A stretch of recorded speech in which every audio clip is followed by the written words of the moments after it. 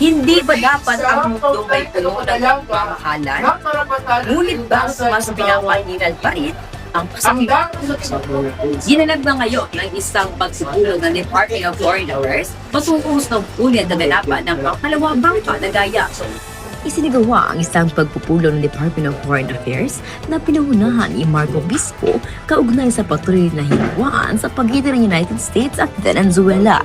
Ayon sa DFA, mahalagang panatilihin ng Pilipinas ang isang balanseng posisyon na nakatuon sa diplomasya, paghalad sa soberanya ng bawat bansa at pagsusulong ng mapayapang solusyon.